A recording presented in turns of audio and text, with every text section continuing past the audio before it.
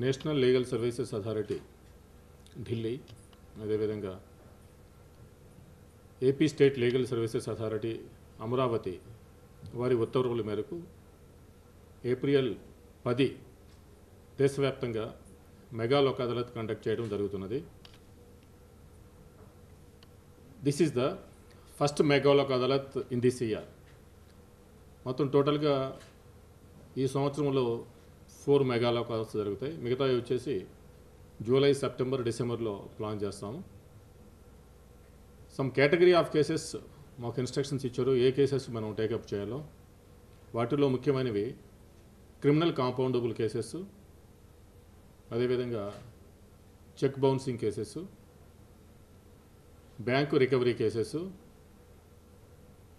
అదేవిధంగా MACT cases అంటే motor vehicle యాక్సిడెంట్స్కి సంబంధించి డెత్స్ కానీ ఇంజరీస్ అయినప్పుడు వాటి కోసం క్లెయిమ్స్కి వస్తారు కాబట్టి అవి కూడా శీఘ్రంగా పరిష్కరించాలని, matrimonial disputes, labour disputes, revenue recovery cases, మొత్తం టోటల్గా ఆల్మోస్ట్ ఒక 11 కేటగరైజేషన్స్ జరిగినాయి.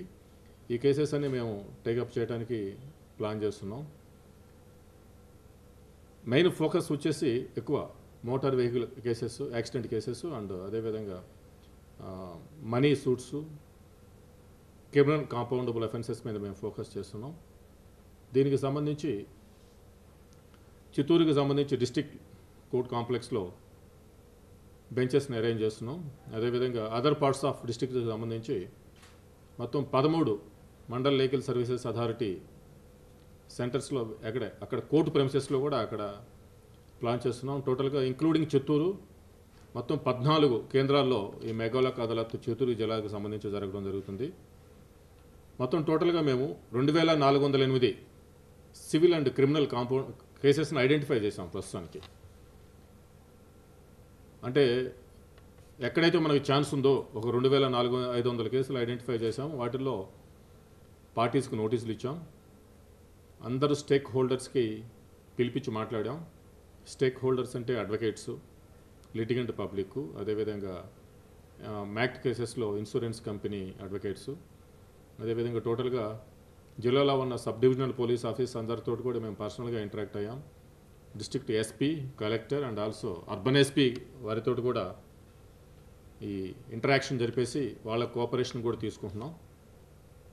అదేవిధంగా జ్యుడిషియల్ ఆఫీసర్స్ తోటి ఇక్కడ హెడ్ క్వార్టర్స్లో పర్సనల్గా ఇంటరాక్ట్ అయ్యాం. అదేవిధంగా అవుట్ స్టేషన్ జ్యుడిషియల్ ఆఫీసర్స్ తోటి ఇప్పటి వరకు 2 టెలికాన్ఫరెన్సెస్ చేశాం. అది కాకుండా మా సెక్రటరీ గారు కూడా కొన్ని nook and corner of the places in the district visit చేసి కుప్పం, పలమనేరు, మదనపల్లి, అదేవిధంగా పుంగనూరు, పీలేరు కొన్ని స్టేషన్స్ విజిట్ చేసి అక్కడ అడ్వకేట్స్ తోటి కోఆర్డినేట్ చేసేసుకొని గ్రౌండ్ ప్రిపేర్ చేశారు మొత్తం టోటల్ కేసెస్ చేయడానికి. ఈ సంవత్సరం మేము 2408లో 2000 కేసెస్ టార్గెట్ పెట్టుకున్నాం ఈ మెగా లోక్ అదాలత్కి. At least we are expecting in between 1500 to 2000 pending cases పరిష్కరించుకోవాలన్న టార్గెట్ పెట్టుకున్నాం. రిజల్ట్ అయితే పాజిటివ్గానే ఉంది. మొత్తం టోటల్గా డిస్ట్రిక్ట్ వ్యాప్తంగా 28 లోక్ అదాలత్ బెంచెస్ అరేంజ్ చేయడం అయింది. చిత్తూరులో వచ్చేసి జిల్లా జడ్జి క్యాడర్లో ఒకరు, సీనియర్ సివిల్ జడ్జి క్యాడర్లో ఒకరు, జూనియర్ సివిల్ జడ్జి క్యాడర్లో మొత్తం 3 లోక్ అదాలత్ బెంచెస్ ఉంటాయి. అదేవిధంగా పర్మనెంట్ లోక్ అదాలత్ అనేది ఎప్పుడూ ఉంటుంది. అదేవిధంగా డిఫరెంట్ పార్ట్స్ ఆఫ్ డిస్ట్రిక్ట్స్లో అదేవిధంగా చిత్తూరు కలిపి మొత్తం 28 లోక్ అదాలత్ బెంచెస్ని పెట్టడం జరిగింది. దీంట్లో ఉండే అడ్వాంటేజ్ ఏదంటే ఒకసారి లోక్ అదాలత్లో మ్యాటర్ సెటిల్ అయితే అప్పీల్ ఉండదు. అదేవిధంగా పార్టీస్కి కోర్ట్ ఫీ రిఫండ్ అవుతుంది. ఈ ఫెసిలిటీ ఎక్కడా లేదు. పార్టీస్ లోక్ అదాలత్ ప్రమేయం లేకుండా కాంప్రమైజ్ అయినా కూడా వాళ్ళు అవుట్ సైడ్ ద కోర్టు కానీ లేకపోతే కోర్టు ప్రమేయంతో కాంప్రమైజ్ వేరు, లోక్ అదాలత్ తోటి కాంప్రమైజ్ వేరు. కోర్టు ప్రమేయంతో కాంప్రమైజ్ అవ్వాలంటే ఒక పిటిషన్ పెట్టాలి, అవార్డు పాస్ చేస్తాం, డిగ్రీ ఇస్తాం, బట్ ఏంటంటే కోర్ట్ ఫీ ఎగ్జామ్షన్ ఉండదు. అదేవిధంగా లోక్ అదాలత్ ప్రమేయం లేకుండా బయట సెటిల్ అయినా కూడా వాళ్ళు దావాలు నాట్ ప్రెస్ చేసుకుంటారు, కోర్ట్ ఫీ రిఫండ్ కాదు. అదే ఇక్కడ అడ్వాంటేజ్ ఏదంటే ప్రతి మ్యాటరు కోర్టులో పెండింగ్ మ్యాటర్ సెటిల్ అయిందంటే ఎస్పెషల్లీ సివిల్ మ్యాటర్స్ వాది ఎంతైతే కోర్ట్ ఫీ డిపాజిట్ చేస్తుంటాడో మొదట్లో ఆ అమౌంట్ మొత్తం రిఫండ్ ఇచ్చేస్తున్నాం. ఇది సపోజ్ ఎక్కువ మనీ సూట్స్లో అదేవిధంగా టైటిల్ సూట్స్లో కొన్ని చోట్ల 10,000, 50,000 కూడా కోర్ట్ ఫీ కడుతుంటారు. సపోజ్ 1 crore దావా వేశారంటే దానికి ఆల్మోస్ట్ కోర్ట్ ఫీ వచ్చేసి మోర్ దాన్ 1 lakh దాకా ఉంటుంది. అలాంటి మ్యాటర్ మా దగ్గర సెటిల్ అయినప్పుడు ఈ 1 lakh వచ్చేసి పార్టీస్కి రిఫండ్ చేస్తాం. అదేవిధంగా అప్పీల్ కూడా ఉండదు. కాబట్టి ఏంటంటే ఈ ప్రజలందరికీ ఇది ఒక సువర్ణ అవకాశం త్వరగా పరిష్కరించుకోవడానికి.